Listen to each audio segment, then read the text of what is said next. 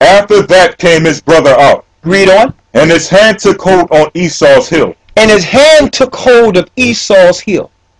So what did that represent? Go to 2nd Esdras,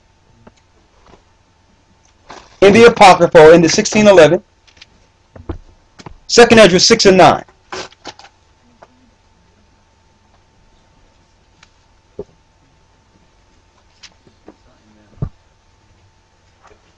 Y'all with me? I'm going to show more. Read. 2nd Esdras, chapter 6, verse 8. And he said unto me, from Abraham unto Isaac, when Jacob and Esau were born of him, Jacob's hand held first the heel of Esau. That's what we read in Genesis 25. Read. And what do this represent? Read. Verse 9. For Esau is the end of the world. Because Esau is the end of the world. Esau's top of the head comes out. The head is usually the beginning. The feet represents the end. And Jacob's hand took hold of Esau's heel, the bottom of his feet. This is what this means. Read. Esau, read it. For Esau is the end of the world. Esau will be ruling in the end of the world. Read. And Jacob is the beginning of it that followeth. And our rulership comes right after he fall, without separation. Jacob's hand took hold of Esau's heel. The heel or the foot is the end. And when Esau falls, Jacob will stand without separation. That is what that represents. So when you say end of the world, the end of the empire. World means eon or society. So it's the end of their society. The world is not the earth. That's separate. It's talking about a society within the earth. So this is Esau's time for dominion. You understand that? And Jacob's time will start. Now, Hitler understood this. Hitler, hold up, brother, where you going? Okay, well, you got to take care of your business then. Hitler understood this. He understood, and he didn't want to make no bones about it. He said, listen, it's our time to rule. And he put all these things in place you see today that will lead to the destruction of Jacob. He put these things in place. The Jewish people just got caught up. They just got caught up. And they want to promote this Jewish Holocaust as Hitler fighting against the Jewish people. But yeah, it's a total smokescreen. The majority of those people that died during that time, during World War I and World War II and those different wars there, those were the poor of the people who the Jewish people knew were expendable anyway. These people they was testing all types of diseases and drugs on. They want to just show a camera saying that this is what Hitler did to these people. It was the Jewish people that funded Hitler. Really, that was just a microcosm or a micro plan based on what they're going to do to us globally. That's all that was. They had it, what you would call in King Alfred's plan, like I mentioned before, and it was switched to Rex 84 under Ronald Reagan, which includes not only the blacks but the Hispanics also. A mass roundup and destruction of a people. We're in that time as we speak. We're in that time.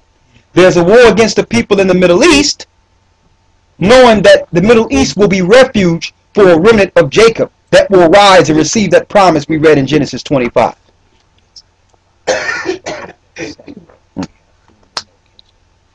Okay. Okay, so we're going to go another half hour, and we have some food, and we can share in that. Thank the Most High for that. But I wanted to bring that out. That when you go into the Bible, it breaks it all down. It even tells you the reason Esau was raised as a people. It tells you that. So they'd rather you believe that they was grafted out of from Jacob, the two-headed scientist. What madness! This is the Well, madness that came from over. They made that up in America. I know they did. what about them just evolving from black to white? Curly hair to straight hair. Nah, The environment do that. nah.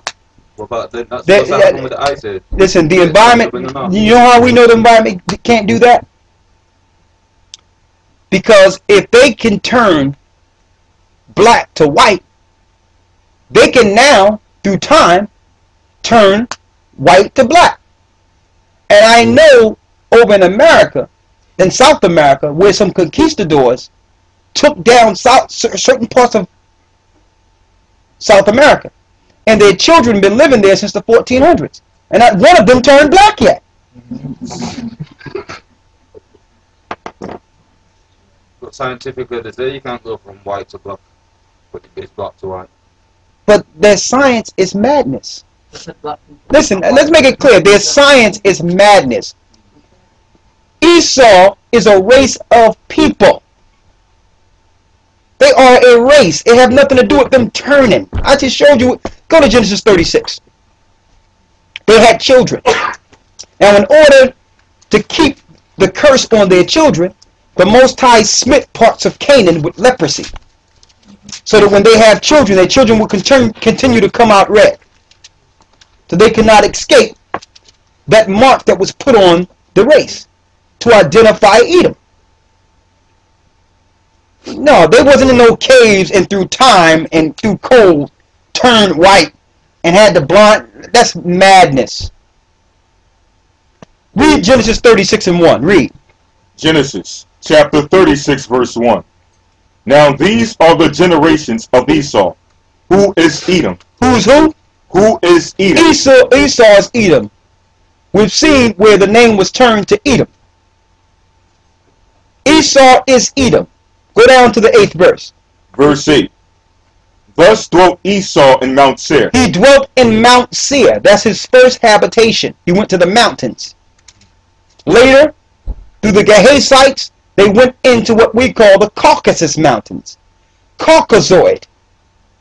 And exactly. And the Gehazites started mixing with the Edomites.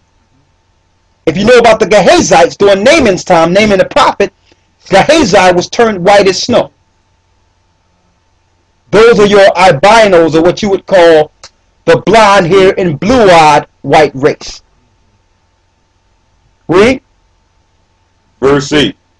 Thus dwelt Esau in Mount Seir. Esau is Edom. And these are the generations of Esau, the father of the Edomites in Mount Seir. Esau is the father of the Edomites in Mount Seir. Not only can we say they come from the mountains, we can show you in the Bible when they went into the mountains. This is better than science. And see, they'd rather you deal with their science than identify them according to the Bible. Because the Bible is what they was trying to use to deceive us. Until we realize when you go into it, it identifies their wickedness. Now they can't even hold to the Bible anymore. So now through the media, they just try to discredit the Bible and say, well, it's just a book now. When they was using it to enslave us, it was the holiest book on earth. Right? Their science is madness. He's the father of the Edomites. Edomites are a race. There's a credo that's passed down from generation to generation. They have not forgotten the fact that Jacob received the promise. We lost our identity. They didn't lose our identity. We lost our identity. So they're running with this one. Believe me. Even in churches, they teach you that Jacob was the supplanter. He was the wicked one. He's the evil one. But yet you say little about Esau. You're defaming us in the world, and you're defaming us in your churches. When the Most High says, because of their unbelief for one morsel of meat, sold their birthright. Wasn't our fault. Yeah, Jacob offered the meat. You didn't have to eat it. So why did Esau get power in the last days? Romans 9 and 13.